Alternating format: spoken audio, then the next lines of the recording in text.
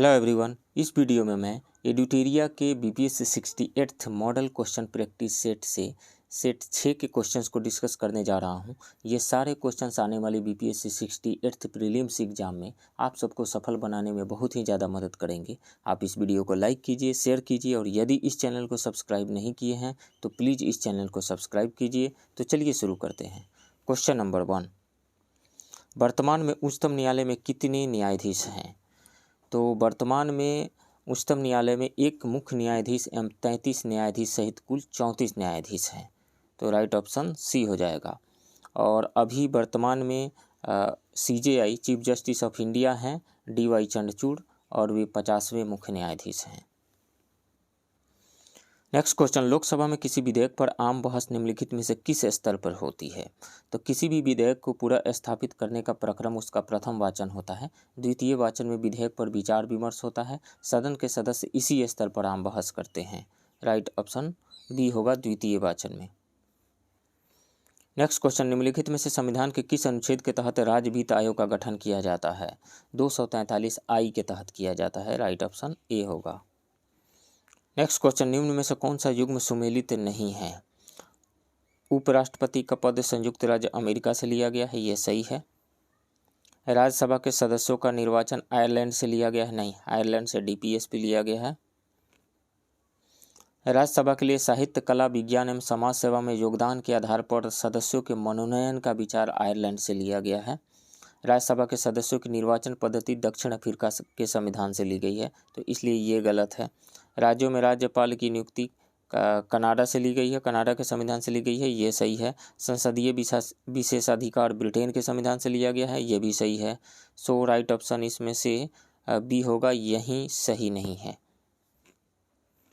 Next question, वरीयता क्रम में छठे स्थान पर लोकसभा अध्यक्ष के साथ किसको रखा गया है? तो वरीयता क्रम यदि देखें तो फर्स्ट पे आते हैं राष्ट्रपति, सेकंड पे उपराष्ट्रपति, थर्ड पे प्रधानमंत्री, फोर्थ पे राज्यों के राज्यपाल अपने अपने राज्य में, फिफ्थ पे भूतपूर्व राष्ट्रपति और फिफ्थ ए पे आते हैं उप प्रधानमंत्री, सिक्स्थ पोजीशन पे आते हैं भारत के मुख्य न्यायाधीश, लोकसभा के अध्यक्ष, दोनों सिक्स्थ पोजीशन पे आते हैं। सातवें पे आते हैं केंद्रीय मंत्रिमंडल के मंत्री, राज्यों के मुख्यमंत्री अपने अपने राज्य में, उपाध्यक्ष, नीति आयोग, भूतपूर्व प्रधानमंत्री, राज्यसभा और लोकसभा में विपक्ष के नेता, ये सभी आते हैं सातवें स्थान पे। छठे स्थान पे दो लोग समान हैं, भारत के मुख्य न्यायाधीश और लोकसभा के अध्यक्ष। तो लोकसभा के अध्यक्ष के साथ किनको रखा गया है? भारत के मुख्य न्यायाधीश को। राइट ऑप्शन डी होगा। नेक्स्ट क्वेश्चन, संसद के उच्च सदन में निम्नलिखित राज्यों की सीटों के सही अवरोही क्रम को चुनें। तो उत्तर प्रदेश में 31 सीटें हैं, उत्तर प्रदेश में 31 सीट है, महाराष्ट्र में 19 सीट है, तमिलनाडु में 18 सीट है और बिहार में 16 सीट है। तो सबसे ज़्यादा उत्तर प्रदेश, उसके बाद महाराष्ट्र, उसके बाद तमिलनाडु, उसके बाद बिहार। राइट ऑप्शन ए होगा। नेक्स्ट क्वेश्चन, राज्यसभा का गठन सर्वप्रथम कब हुआ था? तो राज्यसभा का गठन 3 अप्रैल 1952 को हुआ था तथा इसकी पहली बैठक 13 मई 1952 को हुई थी। तो 3 अप्रैल 1952 राइट ऑप्शन बी होगा। नेक्स्ट क्वेश्चन, एक उच्च न्यायालय का न्यायाधीश अपना त्यागपत्र संबोधित करता है। तो किसी भी उच्च न्यायालय के न्यायाधीशों की नियुक्ति राष्ट्रपति द्वारा की जाती है। हालांकि राष्ट्रपति सर्वोच्च न्यायालय के मुख्य न्यायाधीश एवं संबंधित राज्य के राज्यपाल से परामर्श लेकर ही इनकी नियुक्ति करते हैं। उच्च न्यायालय के न्यायाधीश अपना त्यागपत्र राष्ट्रपति को संबोधित करते हुए देते हैं। राष्ट्रपति राइट ऑप्शन ए होगा। नेक्स्ट क्वेश्चन, निम्नलिखित में से किसने संविधान के भाग 3 में उल्लेखित अनुच्छेद 32 को संविधान का आत्मा कहा था? तो डॉक्टर BR अम्बेडकर ने heart and soul of the constitution इसे कहा था। तो इसमें से प्रारूप समिति के अध्यक्ष डॉक्टर BR अम्बेडकर ने। राइट ऑप्शन सी होगा। नेक्स्ट क्वेश्चन, संघ का यह कर्तव्य है कि वह बाह्य आक्रमण और आंतरिक अशांति से प्रत्येक राज्य की रक्षा करे। यह संविधान के किस अनुच्छेद में वर्णित है? तो संविधान के अनुच्छेद 355 में यह उल्लेख किया गया है कि संघ का यह कर्तव्य है कि वह बाह्य आक्रमण और आंतरिक अशांति से राज्य की रक्षा करेगा। सो राइट ऑप्शन ए होगा, अनुच्छेद 355। नेक्स्ट क्वेश्चन, भारत के प्रजातंत्र इस तथ्य पर आधारित है कि संविधान लिखित है यहाँ नागरिकों को मौलिक अधिकार प्राप्त है, जनता को सरकारों को चुनने और बदलने का अधिकार प्राप्त है, राज्य के नीति निर्देशक तत्व हैं। तो इसमें से सबसे ज़्यादा सूटेबल जो है सी है, जनता को सरकारों को चुनने और बदलने का अधिकार प्राप्त है। नेक्स्ट क्वेश्चन, निम्नलिखित में से कौन ऐसे भारत के राष्ट्रपति हुए जो पद पर रहते हुए मृत्यु को प्राप्त हुए? तो भारतीय शासन के इतिहास में 2 ऐसे राष्ट्रपति हुए हैं जो पद पर रहते हुए मृत्यु को प्राप्त हुए। वे थे डॉक्टर जाकिर हुसैन, जिनका निधन 1969 में हुआ था, एवं मोहम्मद फ़खरुद्दीन अहमद अली अहमद, जिनका निधन 1977 में हुआ था। तो 2 लोग, Fakhruddin Ali Ahmed and doctor Zakir Hussain. Right option E होगा, मोर देन 1। नेक्स्ट क्वेश्चन, निम्न में से किसे राज्यपाल नियुक्त तो कर सकता है लेकिन उसे उसके पद से हटा नहीं सकता है? तो राज्य लोक सेवा आयोग के अध्यक्ष एवं सदस्य तथा राज्य निर्वाचन आयोग के अध्यक्ष की नियुक्ति राज्यपाल के द्वारा की जाती है। राज्य लोक सेवा आयोग के अध्यक्ष एवं सदस्यों को हटाने की शक्ति राज्यपाल के पास नहीं है, बल्कि यह राष्ट्रपति का अधिकार है। राज्य निर्वाचन आयुक्त को राज्यपाल पद से नहीं हटा सकता है, उसे उच्च न्यायालय के न्यायाधीश की भांति पद से हटाया जा सकता है। तो राज्य लोक सेवा के आयोग के अध्यक्ष एवं राज्य निर्वाचन आयुक्त, इन दोनों को राज्यपाल नहीं हटा सकते हैं। राइट ऑप्शन ई होगा, मोर देन 1। नेक्स्ट क्वेश्चन, किसी भी वित्त विधेयक को विधान परिषद अधिकतम कितने दिनों तक रोक सकती है? तो किसी भी वित्त विधेयक को विधान परिषद केवल 14 दिनों तक रोक सकती है। उसके पश्चात विधेयक जिस रूप में विधानसभा द्वारा भेजा जाता है उसी रूप में पारित मान लिया जाता है। साधारण विधेयक को विधान परिषद अधिकतम 4 माह के लिए रोक सकती है। तो राइट ऑप्शन इसमें से होगा 14 दिनों तक, E, none of the above.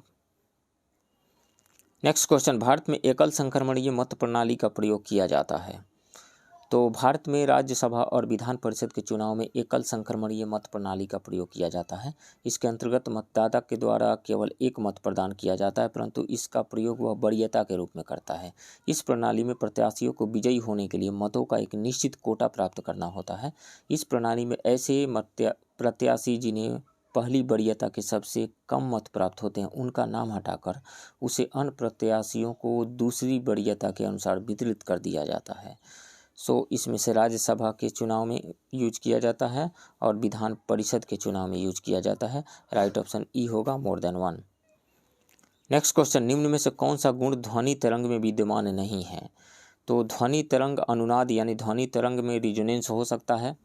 ध्वनि एक तरह का तरंग है, वेव है, तो वेव में रिजोनेंस हो सकता है, अनुनाद हो सकता है, विवर्तन डिफ्रैक्शन भी हो सकता है, प्रतिध्वनि भी आ सकती है, लौट करके किसी सरफेस से किसी ऑब्स्टेकल से टकरा करके प्रतिध्वनि भी सुनाई दे सकती है। तो ये तीनों होता है, लेकिन ध्रुवण नहीं हो सकता। ध्रुवण क्यों नहीं हो सकता? ध्रुवण यानी पोलराइजेशन। पोलराइजेशन उसी वेव के केस में होता है जिस वेव का नेचर ट्रांसवर्स होता है, और साउंड जो है लॉन्गिट्यूडनल वेव है, ट्रांसवर्स नहीं है। जैसे लाइट है, लाइट एक ट्रांसवर्स वेव है, तो उसमें पोलराइजेशन होता है लेकिन साउंड में नहीं। तो पोलराइजेशन की फिनोमिनन जो है साउंड वेव के द्वारा शो नहीं किया जाता है। राइट ऑप्शन ए होगा, ध्रुवण। नेक्स्ट क्वेश्चन, मोल्ड निम्न में से किसके अंतर्गत आते हैं? तो मोल्ड जो है फंजाई के अंतर्गत आते हैं। राइट ऑप्शन सी होगा, ईस्ट मोल्ड मशरूम फंजाई के अंतर्गत आते हैं। ये विषमपोषी यूकैरियोटिक जीव हैं। फंजाई अथवा कॉक में काइटिन नामक जटिल शर्करा की बनी हुई कोशिका भित्ति पाई जाती है। नेक्स्ट क्वेश्चन, एक डायोप्टर निम्न में से किसके बराबर होता है? तो डायोप्टर जो है किसी लेंस की पावर का यूनिट है, तो पावर इज इक्वल टू होता है 1/, focal length. Focal length metre में लिया जाता है, तो यहाँ मीटर रखेंगे तो 1/, मीटर हो जाएगा। 1/, मीटर को ही डायोप्टर कहा जाता है, मतलब मीटर इनवर्स को। तो मीटर इनवर्स को कहा जाता है डायोप्टर। राइट ऑप्शन ए होगा। नेक्स्ट क्वेश्चन, निम्न में से तापमान की एसआई इकाई कौन सी है? तो जूल जो है एनर्जी की और वर्क का यूनिट है। सेल्सियस भी तापमान का ही है लेकिन एसआई यूनिट नहीं है। फ़ारेनहाइट भी तापमान का ही यूनिट है लेकिन एसआई यूनिट नहीं है। लेकिन केल्विन जो है एसआई यूनिट है टेम्परेचर का। राइट ऑप्शन बी होगा।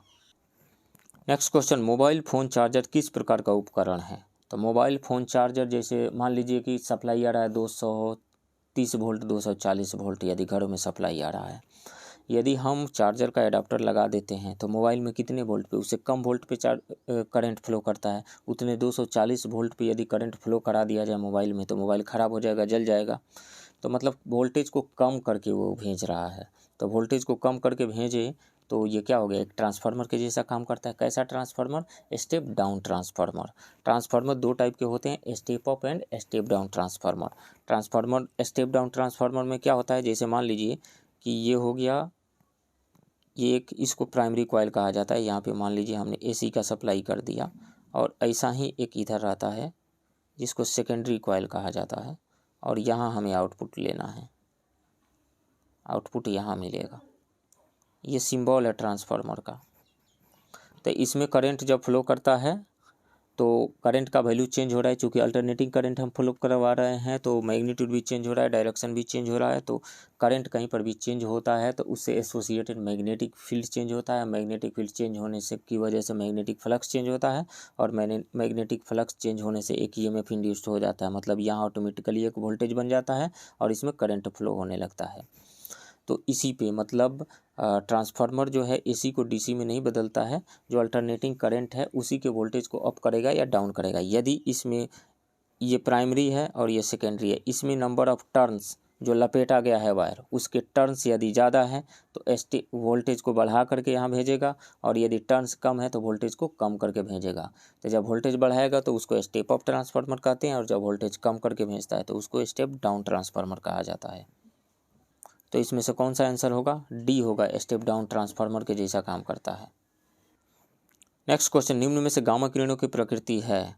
तो गामा किरणें यदि इलेक्ट्रोमैग्नेटिक स्पेक्ट्रम आप देखें तो यहाँ यदि विजुअल कलर है तो इधर इंफ्रारेड IR, इधर हो गया अल्ट्रावायलेट UV एक्सरे, और इधर होता है आपको गामा रेज, सबसे लास्ट में गामा रेज है। तो इधर राइट से लेफ्ट आप जाएंगे तो फ्रीक्वेंसी इंक्रीज होती है, सबसे ज़्यादा फ्रीक्वेंसी होती है गामा किरण की, और गामा किरण की फ्रीक्वेंसी ज़्यादा होती है तो E इज इक्वल टू होता है h न्यू। तो जिसकी फ्रीक्वेंसी ज़्यादा होगी उसके पास एनर्जी ज़्यादा होगी, तो हाईली इनर्जेटिक ये विद्युत चुम्बकीय तरंगे हैं गामा किरण। तो उच्च ऊर्जा वाले विद्युत चुम्बकीय तरंगे, राइट ऑप्शन डी होगा। नेक्स्ट क्वेश्चन, निम्न में से कौन जल में घुलनशील विटामिन है? तो जल में घुलनशील जो विटामिन है, बिस्लरी आप लोग जानते हैं, पानी बिस्लरी, तो बिस्लरी से याद रखिए BC जो है जल में घुलनशील है, और BC के अलावा जो ADE के है वो फैट में घुलनशील है। तो यहाँ पे BC हो जाएगा, vitamin B and C, right option B होगा। नेक्स्ट क्वेश्चन, विद्युत संचरण हेतु उच्च वोल्ट ग्रिड का प्रयोग किया जाता है क्योंकि इसमें देखिए कहीं पर भी इलेक्ट्रिसिटी का जनरेशन होता है, चाहे वो हाइड्रो इलेक्ट्रिक पावर हो, थर्मो इलेक्ट्रिक पावर हो या न्यूक्लियर एनर्जी से हो रहा हो, तो जहाँ पे प्रोडक्शन उसका हो रहा है वहाँ से बहुत दूर दूर तक भेजा जाता है। तो वायर बहुत दूर तक, बहुत लंबा हो गया, तो हम जानते हैं रेसिस्टेंस इज इक्वल टू होता है ρL/A। मतलब यदि वायर का लेंथ ज़्यादा है तो रेसिस्टेंस ज़्यादा होगा, और रेसिस्टेंस ज़्यादा होगा तो H is equal to I² होता है। तो हीट ज़्यादा जनरेट होगा, मतलब पावर का ज़्यादा लॉस होगा। पावर के लॉस को बचाने के लिए वोल्टेज को बढ़ा करके ट्रांसमिट किया जाता है इलेक्ट्रिक करंट को ट्रांसमिशन लाइन में। तो इसमें वोल्टेज को बढ़ाने का मकसद क्या होता है? पावर लॉस जो हो रहा है उसको कम करना। और फिर कॉलोनी में आएगा तो वहाँ पे एक स्टेप डाउन ट्रांसफार्मर लगा करके उस वोल्टेज को कम कर दिया जाएगा। तो जहाँ पे इलेक्ट्रिसिटी का जनरेशन हो रहा है वहाँ पे एक स्टेप अप ट्रांसफार्मर लगा करके उसके वोल्टेज को बढ़ा देते हैं, देन भेजते हैं। तो ऊष्मा की हानि को कम करने के लिए ऐसा किया जाता है। ऊष्मा की हानि को कम करने के लिए शक्ति की हानि अधिक होती है, इस कारण से विद्युत संचरण हेतु उच्च वोल्ट ग्रिड का प्रयोग किया जाता है क्योंकि इसमें शक्ति की हानि अधिक होती है। ऊष्मा की हानि को कम करने के लिए किया जाता है, लेकिन इसमें शक्ति की हानि अधिक होती है, इसलिए उच्च वोल्टेज पर सप्लाई किया जाता है, राइट ऑप्शन डी होगा। नेक्स्ट क्वेश्चन, स्पष्ट प्रतिध्वनि सुनने के लिए मूल ध्वनि तथा परिवर्तित ध्वनि के बीच कम से कम कितना समय अंतराल होना चाहिए? तो जैसे मान लीजिए साउंड का सोर्स है और यहाँ पे कोई दीवार है, तो यहाँ से साउंड सोर्स से साउंड निकल करके गया और इस ऑब्स्टेकल से टकरा करके लौट करके आया। यदि ये 1/10 सेकेंड यानी 0.1 सेकेंड के बाद आता है तब तो ये प्रतिध्वनि क्लियरली सुनाई देगा, और यदि 0.1 सेकेंड से पहले आ जाता है तो ये प्रतिध्वनि क्लियरली सुनाई नहीं देगा। तो इसको आना चाहिए 0.1 सेकेंड के बाद, राइट ऑप्शन सी होगा। नेक्स्ट क्वेश्चन, नाभिक के अलावा कोशिका के किस अंगक में DNA होता है? तो माइटोकॉन्ड्रिया में होता है और साथ ही हरित लौक में होता है। तो 1 और 2 हो जाएगा, right option A. Next question, जैव उर्वरक के रूप में प्रयुक्त होने वाला जलीय फर्न है? तो जलीय फर्न एजोला है। एजोला एक जलीय फर्न है। नीलहरित शैवाल एक अति सूक्ष्म प्रोकैरियोटिक शैवाल होता है। जबकि एजोला एक जलीय फर्न होता है, और दोनों एक साथ ये रहते हैं और मिल करके अच्छी उर्वरता प्रदान करते हैं। राइट ऑप्शन बी होगा एजोला। नेक्स्ट क्वेश्चन, निम्न में से किस में फॉर्मिक अम्ल मिथेनोइक एसिड पाया जाता है? तो चींटी के डंक में भी पाया जाता है, मधुमक्खी में भी पाया जाता है, बिच्छू के डंक में भी पाया जाता है। राइट ऑप्शन ई होगा मोर देन 1। नेक्स्ट क्वेश्चन, विभिन्न फसलों के लिए मिट्टी में मौजूद सूक्ष्म पोषक तत्व निम्नलिखित में से कौन से है? तो सूक्ष्म पोषक तत्व में आते हैं लोहा, मैग्नीज, तांबा, जस्ता, बोरॉन, क्लोरीन, निकेल, ये सब सूक्ष्म पोषक तत्व हैं। तो इसमें से विभिन्न फसलों के लिए मिट्टी में मौजूद सूक्ष्म पोषक तत्व निम्नलिखित में से कौन सा है? तो मैग्नीज है, मैग्नीज है। राइट ऑप्शन ए होगा। मैग्नीज माइक्रो न्यूट्रिएंट है और magnesium, calcium and potassium macro nutrients हैं। नेक्स्ट क्वेश्चन, श्वसन किस प्रकार की दहन की क्रिया का उदाहरण है? तो श्वसन एक मंद दहन की क्रिया का उदाहरण है, मंद दहन है। श्वसन में होता क्या है, जो एयर इनहेल करते हैं उसमें ऑक्सीजन ग्लूकोज के साथ माइटोकॉन्ड्रिया में जाकर के रिएक्शन करता है और वहाँ पे carbon dioxide, water and energy ATP के फॉर्म में जनरेट होती है। सो इसमें राइट ऑप्शन हो जाएगा मंद दहन सी। नेक्स्ट क्वेश्चन, निम्न में से कौन से कोशिकांग केवल पादप कोशिकाओं में पाए जाते हैं? तो प्लास्टिड केवल पादप कोशिकाओं में पाया जाता है। ये दो प्रकार का होता है, क्रोमोप्लास्ट यानी रंगीन और ल्यूकोप्लास्ट यानी रंगहीन। राइट ऑप्शन सी होगा। नेक्स्ट क्वेश्चन, किसी तत्व का सर्वाधिक मौलिक अभिलक्षण निम्नलिखित में से कौन सा है? तो यदि हम बात करें पीरियोडिक टेबल की, हम बात करें तो मोसले से पहले एक साइंटिस्ट है मोसले से पहले जो पीरियोडिक टेबल बनाया गया था, जैसे मेंडलीफ ने जो डिज़ाइन किया हुआ था, वो परमाणु भार पे बेस्ड था। और मेंडलीफ का कहना था कि सर्वाधिक मौलिक अभिलक्षण किसी भी तत्व का परमाणु भार है, लेकिन मोसले ने कहा एक्सरे डिफ्रैक्शन पैटर्न का स्टडी करने के बाद में उन्होंने पाया कि परमाणु क्रमांक यानी एटॉमिक नंबर जो है किसी तत्व का सर्वाधिक मौलिक अभिलक्षण होता है, और उसी के बेसिस पे उन्होंने पीरियोडिक टेबल को डिज़ाइन किया। और जो आज जो हम मॉडर्न पीरियोडिक टेबल देखते हैं वो इसी पे बेस्ड है, परमाणु क्रमांक पे यानी एटॉमिक नंबर पे बेस्ड है। राइट ऑप्शन डी होगा।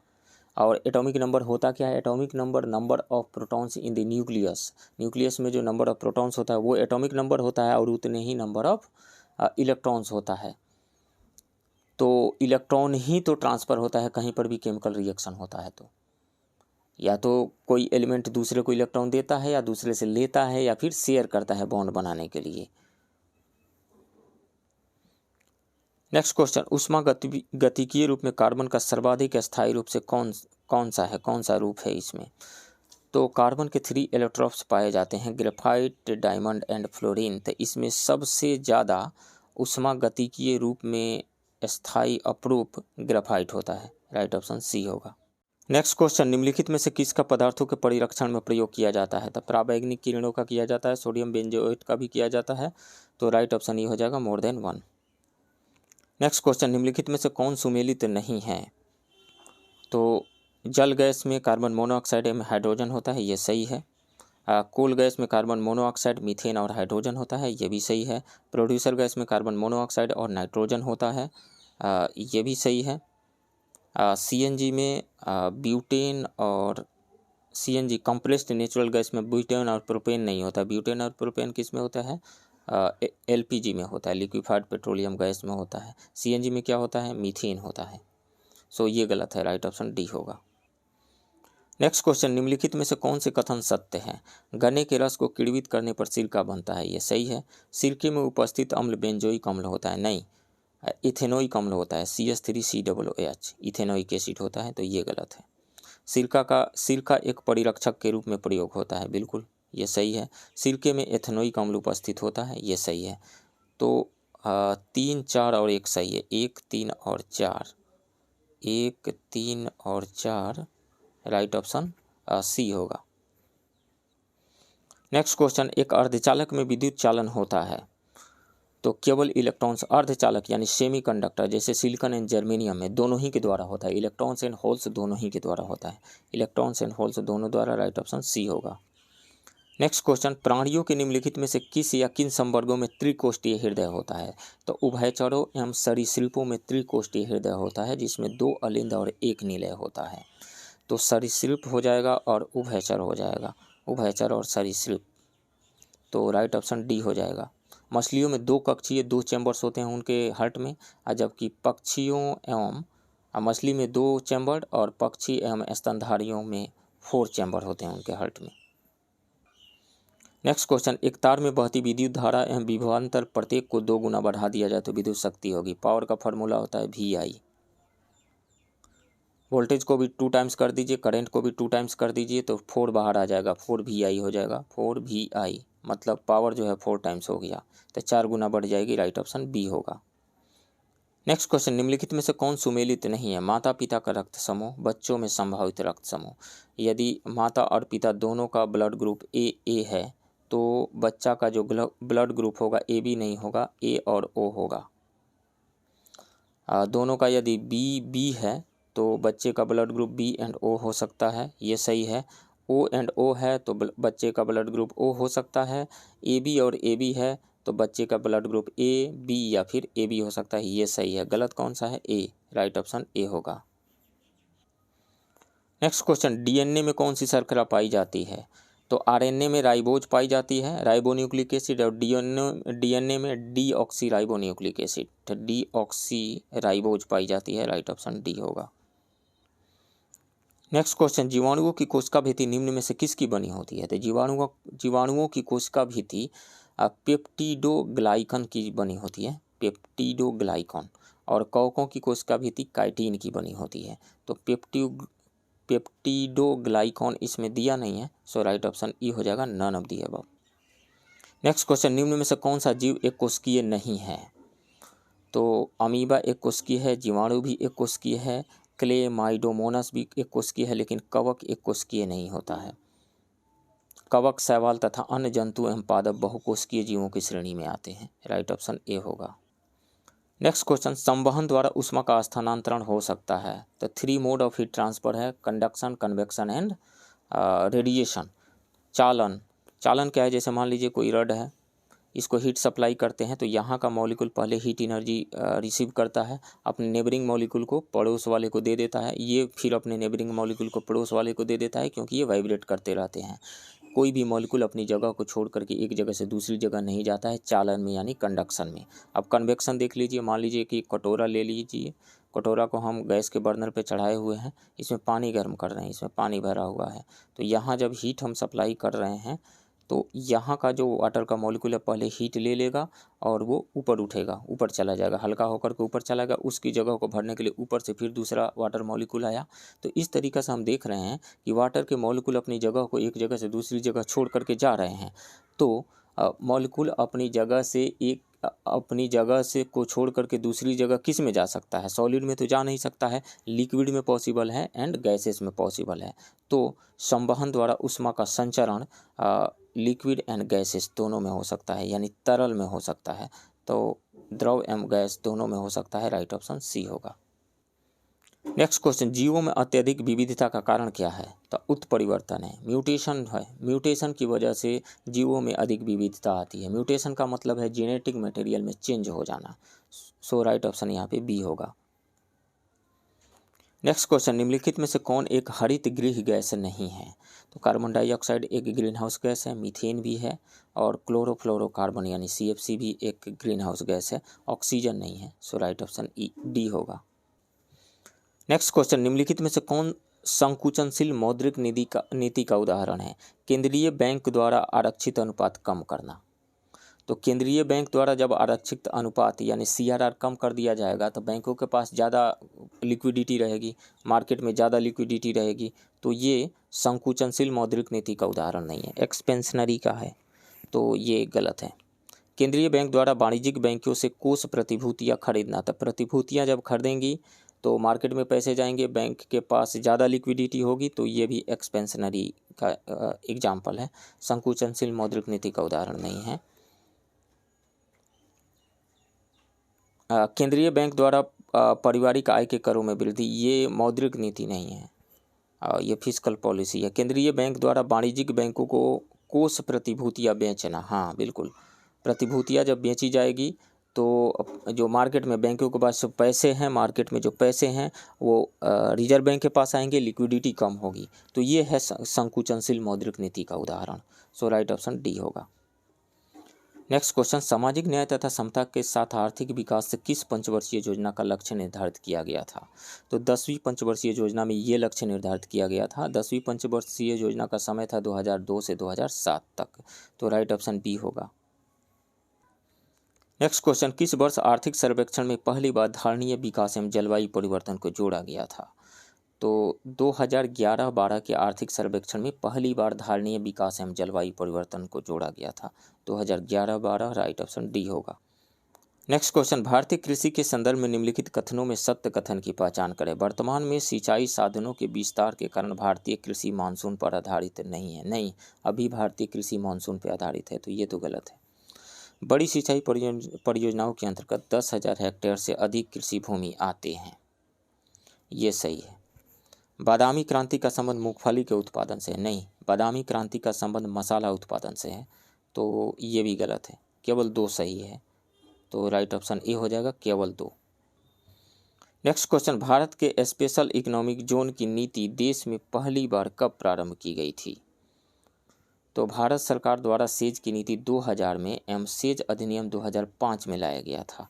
सो राइट ऑप्शन बी होगा, 2000। नेक्स्ट है, निम्नलिखित में से कौन सा कर प्रतिगामी प्रकृति का है, यानी रिग्रेसिव नेचर का है? तो वस्तु एवं सेवा कर एक अप्रत्यक्ष कर है। चूंकि अप्रत्यक्ष कर सभी आय समूहों को समान रूप से प्रभावित करते हैं, इस कारण से यह वस्तु एवं सेवा कर जो है एक प्रतिगामी प्रकृति का कर है, यानी रिग्रेसिव नेचर का है। राइट ऑप्शन सी होगा। नेक्स्ट क्वेश्चन, निम्न में से कौन सा युग्म सुमेलित है? पी आर खन्ना समिति एनपीए की रूपरेखा में परिवर्तन हेतु बनाई गई थी, ये सही है। आर बी गुप्ता समिति कृषि ऋण क्षेत्र में सुधार हेतु बनाई गई थी, ये भी सही है। पी आर नायक समिति लघु एवं मध्यम उद्योगों के ऋण हेतु बनाई गई थी। राइट ऑप्शन ये भी सही है। अभिजीत सेन समिति लंबी अवधि के लिए खाद्य नीति तैयार करना, इसका काम था लंबी अवधि के लिए खाद्य नीति तैयार करना। अभिषेक उस पे इनको रिपोर्ट देना था अभिजीत सेन समिति का, तो ये भी सही है। राइट ऑप्शन ई हो जाएगा, all of the above. Next question, निम्नलिखित में से किसके मध्य का संबंध फिलिप्स वक्र द्वारा दर्शाया जाता है? तो फिलिप्स कर्व के द्वारा इन्फ्लेशन एंड अनएम्प्लॉयमेंट की दर के बीच संबंध को दर्शाया जाता है, यानी मुद्रास्फीति एवं बेरोजगारी। राइट ऑप्शन ए होगा। नेक्स्ट क्वेश्चन, प्रधानमंत्री जीवन ज्योति योजना के बारे में असत्य कथन की पहचान करें। इस योजना के लिए 18 से 50 वर्ष की आयु के सभी व्यक्ति पात्र होंगे, ये सही है। इस बीमा योजना की प्रीमियम राशि 330 रुपये वार्षिक है, ये भी सही है। इस योजना में जोखिम केवल 2 लाख रुपये का है, ये भी सही है। और इसकी शुरुआत 2015 में की गई थी, ये भी सही है। तो ऑल ऑफ दी अबव ई होगा। नेक्स्ट क्वेश्चन, निम्न में से कौन संघीय बजट 2022-23 की 4 प्राथमिकताओं में शामिल है? तो पीएम गति शक्ति शामिल है, समावेशी विकास भी शामिल है, उत्पादन संवर्धन और निवेश, उदीयमान अवसर, ऊर्जा संक्रांति और जलवायु परक कार्य ये भी संबंधित है, निवेश का वित्त पोषण ये भी संबंधित है। तो ये चारों संबंधित है। सो राइट ऑप्शन हो जाएगा 1, 2, 3 डी। नेक्स्ट क्वेश्चन, निम्न में से किस या किन उपाय या उपायों के द्वारा सरकारी घाटे में कमी की जा सकती है? तो कर में वृद्धि कर दिया जाए और खर्चे में कमी कर दिया जाए, व्यय में कमी कर दिया जाए, तो इससे हो जाएगा राइट ऑप्शन ई हो जाएगा, मोर देन 1। नेक्स्ट क्वेश्चन, निम्नलिखित में से सत्य कथन कौन सा है? मुगल सम्राट द्वारा स्वतंत्र रूप से नियुक्त बंगाल का अंतिम सूबेदार नवाब मुर्शीद कुली खां था, ये सही है। मुर्शीद कुली खां ने अपनी राजधानी ढाका से मुर्शिदाबाद कर दिया था, ये भी सही है। मुर्शीद कुली खां ने भूमि बंदोबस्त में इजारेदारी व्यवस्था आरंभ की, ये भी सही है। तो ये सभी सही है, 1, 2, 3 होगा, राइट ऑप्शन सी होगा। नेक्स्ट क्वेश्चन, निम्नलिखित में से कौन भारत का एकमात्र यहूदी वायसराय था? तब भारत का एकमात्र यहूदी वायसराय लॉर्ड रीडिंग, जिनका कार्यकाल 1921 से 26 था। Lord reading, right option D होगा। नेक्स्ट क्वेश्चन, निम्नलिखित वर्गों में से किसने 1857 के विद्रोह में भाग नहीं लिया? तो साहूकार, शिक्षित वर्ग एवं जमींदारों ने भाग नहीं लिया। साहूकार, शिक्षित वर्ग और जमींदारों ने भाग नहीं लिया। खेतिहर मजदूर और कृषक भाग लिए थे और इस विद्रोह की असफलता का यही मुख्य कारण था। एक प्रमुख कारण था, यही नहीं एक प्रमुख कारण था। सो इसमें से 2, 3 एंड 5 राइट ऑप्शन सी होगा। नेक्स्ट क्वेश्चन, किसके या किनके प्रयास से बम्बई में प्रथम महिला विश्वविद्यालय की स्थापना हुई? तो महाराष्ट्र के समाज सुधारक D.K. कर्बी के प्रयत्न से बम्बई में प्रथम महिला विश्वविद्यालय की स्थापना हुई। ये फर्ग्यूसन कॉलेज के प्राध्यापक थे। इन्होंने स्वयं एक ब्राह्मण विधवा से विवाह किया और 1899 में पूना में विधवा आश्रम की स्थापना की। राइट ऑप्शन डी होगा, D.K. कर्बी। नेक्स्ट क्वेश्चन, 1935 के भारत सरकार अधिनियम की विशेषता निम्नलिखित में से कौन नहीं है? तो प्रांतीय स्वायत्तता ये है, केंद्र के साथ साथ राज्यों में द्वैध शासन नहीं, ये विशेषता नहीं है, ये गलत है। 1935 के भारत शासन अधिनियम के द्वारा 1935 में केंद्र में द्वैध शासन की स्थापना की गई, जबकि 1919 के अधिनियम से प्रांतों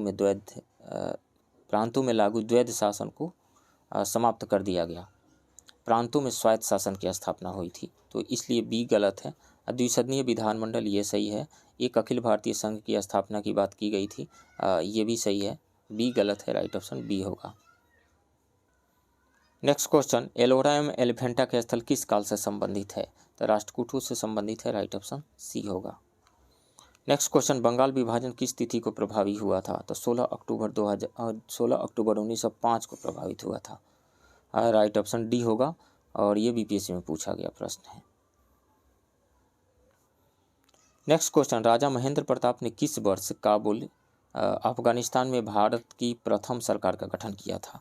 तो राजा महेंद्र प्रताप ने 1915 में अफगानिस्तान में भारत की प्रथम सरकार का गठन किया था। स्वयं को राष्ट्रपति तथा बरकतुल्ला को प्रधानमंत्री बनाते हुए भारत की अस्थायी गणतंत्रात्मक सरकार का गठन किया। इसे जर्मनी एवं रूस द्वारा मान्यता दी गई थी। राइट ऑप्शन सी होगा 1915 में। नेक्स्ट क्वेश्चन, किस चंदेल राजा ने महमूद गजनवी का सामना किया था? यहाँ पे कुछ गलत दिया हुआ है। तो चंदेल शासक विद्याधर पर महमूद गजनवी ने आक्रमण किया, परंतु वह विद्याधर को निर्णायक रूप से पराजित नहीं कर सका, अतः दोनों में संधि हो गई। तो विद्याधर होगा, right option C. Next question, दिसंबर 1906 में ढाका में गठित मुस्लिम लीग के प्रथम अध्यक्ष कौन थे? तो प्रथम अध्यक्ष थे आगा खां थे, और जबकि संस्थापक थे सलीमुल्लाह खां। तो आगा खां होगा, right option A. Next question, Mahatma Gandhi ने सर्वप्रथम कांग्रेस के किस अधिवेशन में भाग लिया था? तो महात्मा गांधी सर्वप्रथम 1901 में कांग्रेस के 17वें अधिवेशन में कलकत्ता में शामिल हुए थे। सो राइट ऑप्शन यहाँ हो जाएगा 1901 कलकत्ता। जबकि गांधी जी मात्र एक बार कांग्रेस के अध्यक्ष 1924 बेलगांव में बने थे। साथ ही आज़ादी के समय गांधी जी कांग्रेस के सदस्य नहीं थे। Next question, independence for India league का गठन किसने किया था? तो 1928 में जवाहरलाल नेहरू एवं सुभाष चंद्र बोस ने मिलकर इंडिपेंडेंस फॉर इंडिया लीग का गठन किया। इस लीग का उद्देश्य डोमिनियन स्टेटस की मांग की जगह पूर्ण स्वतंत्रता की मांग को आगे बढ़ाना था। सो जवाहरलाल नेहरू एंड सुभाष चंद्र बोस दोनों, राइट ऑप्शन ई हो जाएगा, more than one. Next question, निम्नलिखित घटनाओं को कालक्रम के अनुसार बढ़ते क्रम में व्यवस्थित करें।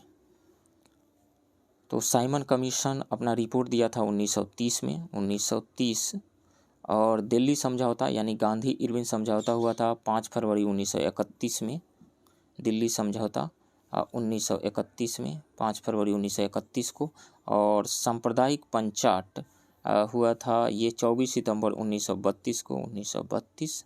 और पूना समझौता हुआ था 24 सितंबर 1932 को, तो ये भी 1932, लेकिन सितंबर 1932 और ये अगस्त 1932। तो सबसे पहले कौन सा हुआ था? सबसे पहले हुआ था साइमन कमीशन रिपोर्ट, उसके बाद में आ जाएगा दिल्ली समझौता 1931 में, उसके बाद में यानी 14, उसके बाद में 3 आ जाएगा, 143 एंड देन 2 हो जाएगा, 143 एंड 2, राइट ऑप्शन बी होगा। नेक्स्ट क्वेश्चन, सुभाष चंद्र बोस द्वारा स्वतंत्र भारत की अंतरिम सरकार की स्थापना की गई थी। तो सुभाष चंद्र बोस द्वारा सिंगापुर में 21 अक्टूबर 1943 को स्वतंत्र भारत की अंतरिम सरकार की स्थापना की गई थी, 21 अक्टूबर 1943, राइट ऑप्शन सी होगा। Next question, a passage to India नामक पुस्तक किसके द्वारा लिखी गई थी? तो ए पैसेज टू इंडिया नामक पुस्तक E.M. फोर्स्टर द्वारा लिखी गई थी। E.M. Forster, right option D होगा। नेक्स्ट क्वेश्चन, पाइक विद्रोह के नायक कौन थे? तो 1817 से 25 के बीच उड़ीसा में पाइक विद्रोह का नेतृत्व बख्शी जगबंधु ने किया था। Bakshi Jagabandhu, right option B होगा। पाइक विद्रोह ईस्ट इंडिया कंपनी की शोषणकारी नीतियों के विरुद्ध उड़ीसा में पाइका जाति के लोगों द्वारा किया गया एक सशस्त्र, व्यापक आधार वाला और संगठित विद्रोह था। नेक्स्ट क्वेश्चन, महारानी विक्टोरिया को किस वर्ष भारत की साम्राज्ञी घोषित किया गया? तो लॉर्ड लिटन द्वारा 1 जनवरी 1877 को दिल्ली दरबार में महारानी विक्टोरिया को कैसर हिंद की उपाधि दी गई, साथ ही भारत की साम्राज्ञी घोषित किया गया। सो राइट ऑप्शन सी होगा 1877 में। नेक्स्ट क्वेश्चन, गांधी इरविन समझौतों में किस नेता ने महत्वपूर्ण भूमिका निभाई? तो तेज बहादुर सप्रू एवं M.R. जयकर। तेज बहादुर सप्रू एवं M.R. जयकर के प्रयत्नों से गांधी इरविन समझौता संपन्न हुआ। इस समझौता को दिल्ली समझौता के नाम से जाना जाता है। इसी समझौते के बाद कांग्रेस ने सविनय अवज्ञा आंदोलन स्थगित कर द्वितीय गोलमेज सम्मेलन में भाग लेने को राजी हुई तथा लॉर्ड इरविन ने भी गांधी जी के कुछ मांगों को मान लिया। राइट ऑप्शन ई हो जाएगा, more than one. Next question, Sapru समिति का गठन किस लिए किया गया था? तो 1934 में लॉर्ड वेलिंगटन द्वारा सप्रू समिति का गठन बेरोजगारी की समस्या के लिए किया गया था। इस समिति द्वारा मध्यम वर्गीय बेरोजगार की जांच कर रिपोर्ट 1935 में सरकार को अपनी रिपोर्ट दी। सो राइट ऑप्शन हो जाएगा, बेरोजगारी की समीक्षा के लिए की गई थी, सी।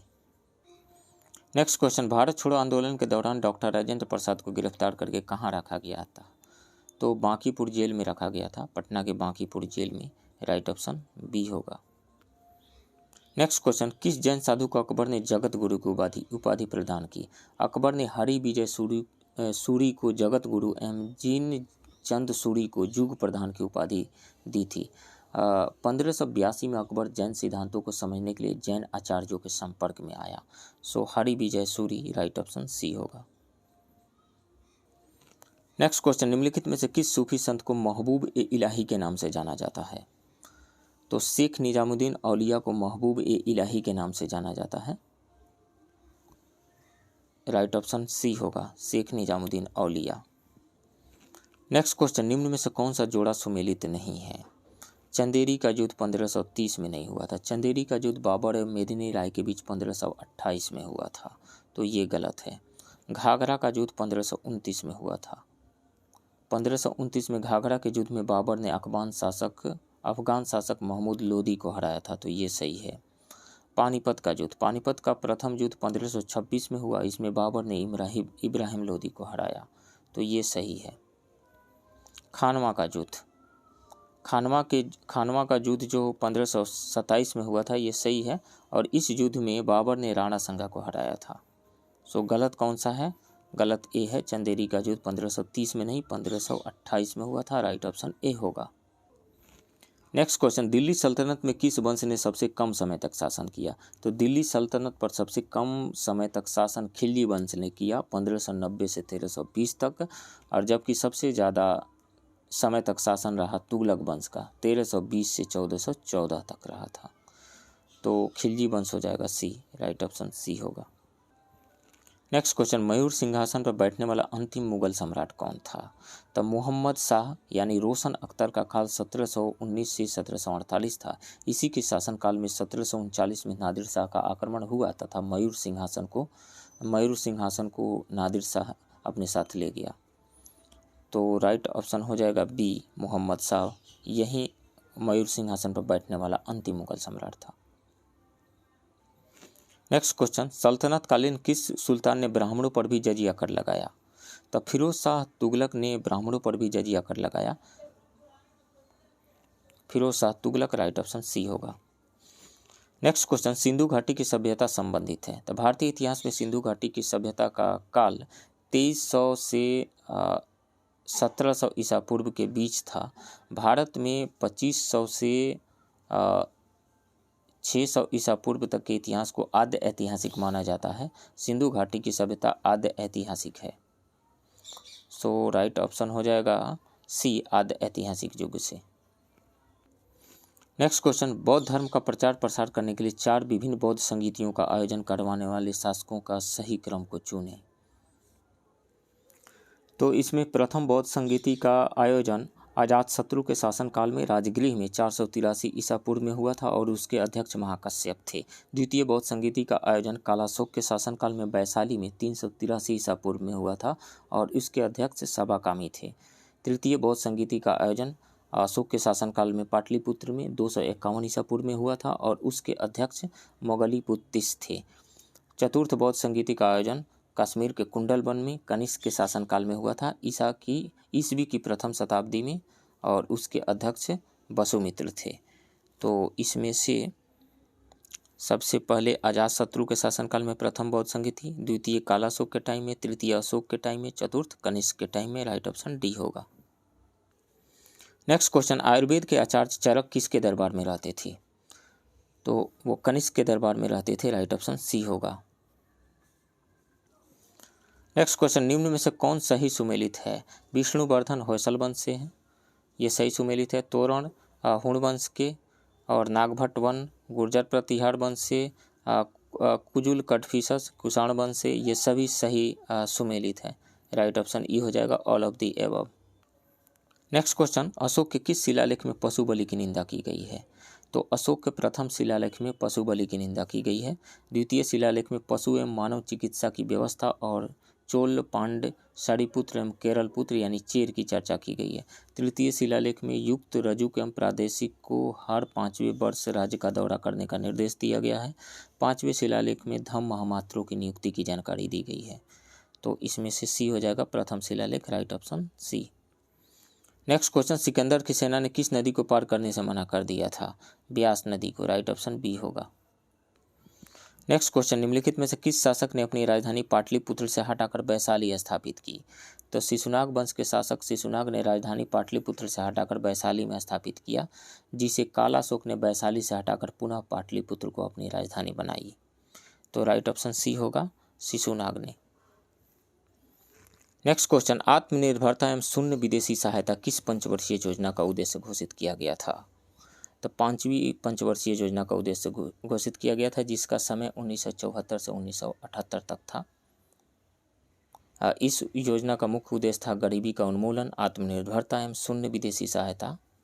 इस योजना को जनता सरकार द्वारा 1 वर्ष पूर्व ही समाप्त कर दिया गया था, इसलिए इसका समय 1974 से 1979 न होकर के 1974 से 1978 था। तो राइट ऑप्शन सी हो जाएगा, पंचम पंचवर्षीय योजना।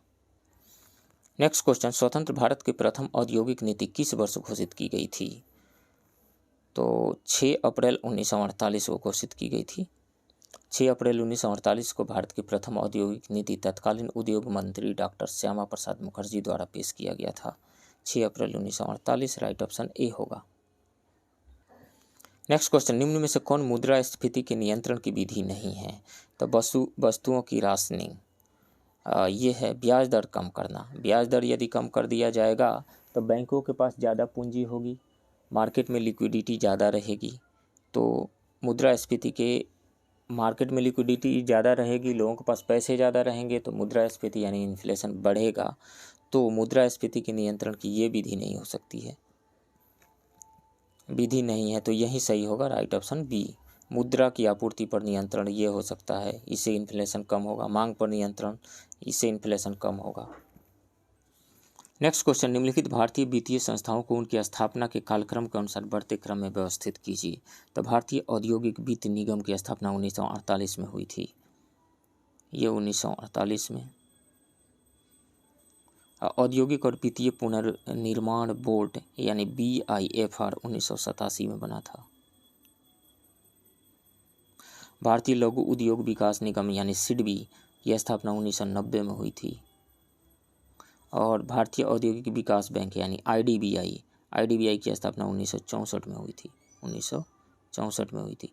तो सबसे पहले कौन सा आएगा? 1948 IFCI, उसके बाद में आएगा IDBI, उसके बाद में BIFR, उसके बाद में SIDBI। सो राइट ऑप्शन यहाँ पे हो जाएगा B, 2413 B। नेक्स्ट क्वेश्चन, निम्न में से किसे जीएसटी यानी वस्तु एवं सेवा कर के दायरे से बाहर रखा गया? तो पेट्रोलियम उत्पाद को, बिजली को और मानव उपयोग के लिए अल्कोहल को, इन तीनों को। राइट ऑप्शन ई हो जाएगा, मोर देन 1। नेक्स्ट क्वेश्चन, किसी एक वित्तीय वर्ष के लिए केंद्र सरकार का बजट घाटा क्या प्रदर्शित करता है? तो वह धनराशि जो केंद्रीय बैंक से सरकार को उधार लेनी पड़ती है, यही दर्शाता है। राइट ऑप्शन ए होगा।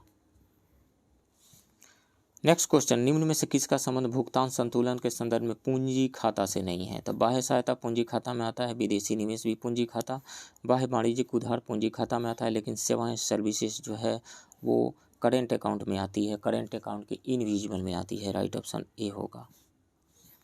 नेक्स्ट क्वेश्चन, सार्वभौमिक लैंगिक अंतराल सूचकांक ग्लोबल जेंडर गैप रिपोर्ट का प्रकाशन किस वैश्विक संस्था द्वारा किया जाता है? तो WEF यानी वर्ल्ड इकोनॉमिक फोरम के द्वारा किया जाता है, विश्व आर्थिक मंच के द्वारा। कब से? 2006 से। राइट ऑप्शन बी होगा। नेक्स्ट क्वेश्चन, निम्न में से कौन सा मरुस्थल अफ्रीका महादेश से संबंधित नहीं है? तो सहारा, कालाहारी और बायूदा मरुस्थल अफ्रीकी महादेश में अवस्थित है। सहारा, कालाहारी और बायूदा। मोजावे जो है अफ्रीका से संबंधित नहीं है। मोजावे मरुस्थल उत्तरी अमेरिका के संयुक्त राज्य अमेरिका में अवस्थित है, USA में। सो राइट ऑप्शन डी होगा। नेक्स्ट क्वेश्चन, सूची 1 के सूची 2 को मिलाइए और नीचे दी गई कूट की सहायता से सही उत्तर का चयन कीजिए।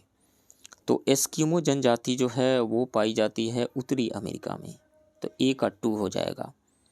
और माओरी जनजाति पाई जाती है न्यूजीलैंड में, तो बी का 4 हो जाएगा। बुशमैन जनजाति ये अफ्रीका में पाई जाती है, तो सी का 3 हो जाएगा। और सेमांग जनजाति मलेशिया में पाई जाती है, तो ये डी का 1 हो जाएगा। तो 2 4 3 1, राइट ऑप्शन डी होगा। नेक्स्ट क्वेश्चन, निम्न में से कौन सी जल संधि इंग्लिश चैनल और उत्तरी सागर को आपस में जोड़ती है? तो वो है डोबर जल संधि, इंग्लिश चैनल और उत्तरी सागर को आपस में जोड़ती है। राइट ऑप्शन सी होगा यहाँ पे। और डेविस जल संधि जो है बैफिन की खाड़ी एवं अटलांटिक महासागर को जोड़ती है, डैफिन की संधि। और उसके बाद में पाक जल संधि, पाक जल संधि कहाँ पर है? पाक जो है पाक बे श्रीलंका और इंडिया के बीच में है। पाक खाड़ी जो है एवं बंगाल की खाड़ी। और ये बेरिंग जल संधि क्या है? बेरिंग जल संधि जो है बेरिंग सागर और चुस्की सागर को आपस में जोड़ती है। नेक्स्ट क्वेश्चन, निम्न में से किस जिला में बूढ़ी गंडक नदी की लंबाई सबसे अधिक है? तो पश्चिम चंपारण जिले में सबसे अधिक है। राइट ऑप्शन सी होगा। नेक्स्ट क्वेश्चन, निम्न में से किस जिला की सीमा रेखा की लंबाई पश्चिम बंगाल से सबसे कम स्पर्श करती है? तो बिहार के 3 जिला कटिहार, पूर्णिया और किशनगंज पश्चिम बंगाल से अपनी बॉर्डर शेयर करते हैं, जिसमें सबसे कम लंबाई पूर्णिया की है। राइट ऑप्शन सी होगा। नेक्स्ट क्वेश्चन, निम्नलिखित में से किस राज्य में सर्वाधिक पाइराइट पाए जाते हैं? बिहार में सर्वाधिक पाइराइट पाया जाता है। भारत का लगभग 95% पाइराइट बिहार राज्य में पाया जाता है। राइट ऑप्शन ए होगा। नेक्स्ट क्वेश्चन, 2011 की जनगणना के अनुसार बिहार में सर्वाधिक लिंगानुपात किस जिले का है? गोपालगंज का है। कितना है? 1021 है वहाँ का लिंगानुपात। और सबसे कम लिंगानुपात मुंगेर का है, 876। राइट ऑप्शन सी होगा। नेक्स्ट क्वेश्चन, निम्न में से किस जिले में गंगा नदी की लंबाई सबसे कम है? तो गंगा नदी बिहार के 12 जिलों से होकर के गुजरती है, जिसमें सर्वाधिक लंबाई गंगा की पटना में है। पटना में सर्वाधिक लंबाई है। और इनमें जो विकल्प दिए गए इनमें से सबसे कम लंबाई समस्तीपुर में पड़ता है। राइट ऑप्शन डी होगा। नेक्स्ट क्वेश्चन, पालकोंडा पर्वत निम्न में से किस राज्य में अवस्थित है? तो पालकोंडा और बेलीकोंडा पर्वत आंध्र प्रदेश में अवस्थित है। राइट ऑप्शन सी होगा।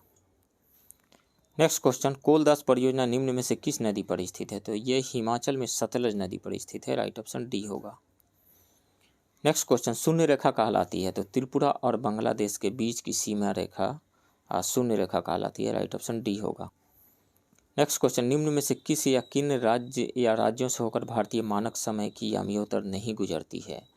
तो ये गुजरती है उत्तर प्रदेश, मध्य प्रदेश, छत्तीसगढ़, उड़ीसा एवं आंध्र प्रदेश से, झारखंड से नहीं। राइट ऑप्शन सी होगा। नेक्स्ट क्वेश्चन, गरजता 40, प्रचंड 50 और चीखता 60 क्या है? तो शक्तिशाली पछुआ पवनों को उनकी तीव्रता के कारण दक्षिणी गोलार्ध में गरजता 40, प्रचंड 50 और चीखता 60 जैसे नामों से जाना जाता है।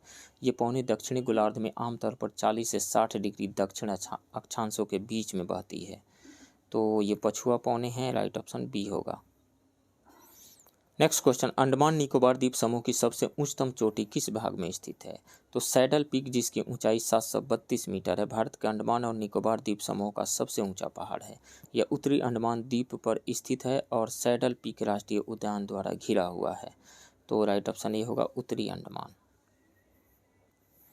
नेक्स्ट क्वेश्चन, भारत का पहला सामुदायिक संग्रहालय निम्नलिखित में से कहाँ खोला गया है? तो लेह में खोला गया है, राइट ऑप्शन ए होगा। नेक्स्ट क्वेश्चन, भारत के स्वदेशी रूप से विकसित पहले कृत्रिम घुटना कदम की शुरुआत किस प्रौद्योगिकी संस्थान ने की है? आईआईटी मद्रास ने किया है, IIT Madras, right option D होगा। नेक्स्ट क्वेश्चन, निम्नलिखित में से किस देश के द्वारा anti tank guided missile Helina सफलतापूर्वक परीक्षण किया गया है? तो भारत के द्वारा किया गया है। ये डीआरडीओ रक्षा अनुसंधान और विकास प्रयोगशाला डीआरडीएल हैदराबाद द्वारा तथा डीआरडीओ के मिसाइल और सामरिक प्रणाली क्लस्टर के तहत विकसित किया गया है, राइट ऑप्शन ए होगा। नेक्स्ट क्वेश्चन, प्रधानमंत्री संग्रहालय के आधिकारिक डिजिटल भुगतान भागीदार कौन बना है? पेटीएम बना है, राइट ऑप्शन सी होगा। नेक्स्ट क्वेश्चन, वर्ष 2022-24 के लिए एशियाई चुनाव प्राधिकरणों का संघ AAFA के नए अध्यक्ष के रूप में किस देश को चुना गया है? तो भारत को चुना गया है। मनीला, फिलीपींस में कार्यकारी बोर्ड और महासभा की आयोजित बैठक में वर्ष 2022-24 के लिए भारत को सर्वसम्मति से एशियाई चुनाव प्राधिकरणों का संघ के नए अध्यक्ष के रूप में चुना गया है, बी होगा सही ऑप्शन। नेक्स्ट क्वेश्चन, निम्नलिखित में से कौन सा देश नाटो साइबर रक्षा समूह में शामिल होने वाला पहला एशियाई देश बन गया है? दक्षिण कोरिया बना है, राइट ऑप्शन डी होगा। नेक्स्ट क्वेश्चन, निम्नलिखित में से किस राज्य सरकार के द्वारा शैली ऐप लॉन्च किया गया है?